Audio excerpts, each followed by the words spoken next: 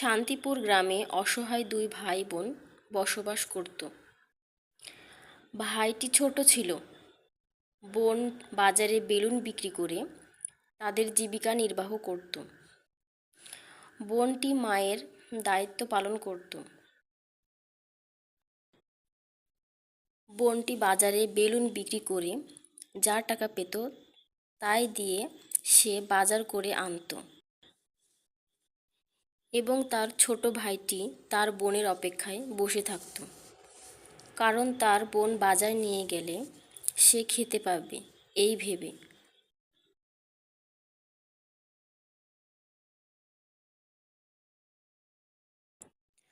তার বোন বাড়িতে এসে রান্না করে তার ভাইয়ের জন্য।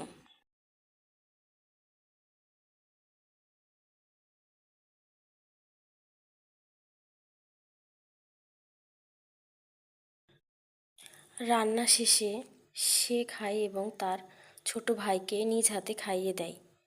এভাবে বেঁচে থাকুক তাদের দুই ভাই বোনের ভালোবাসা।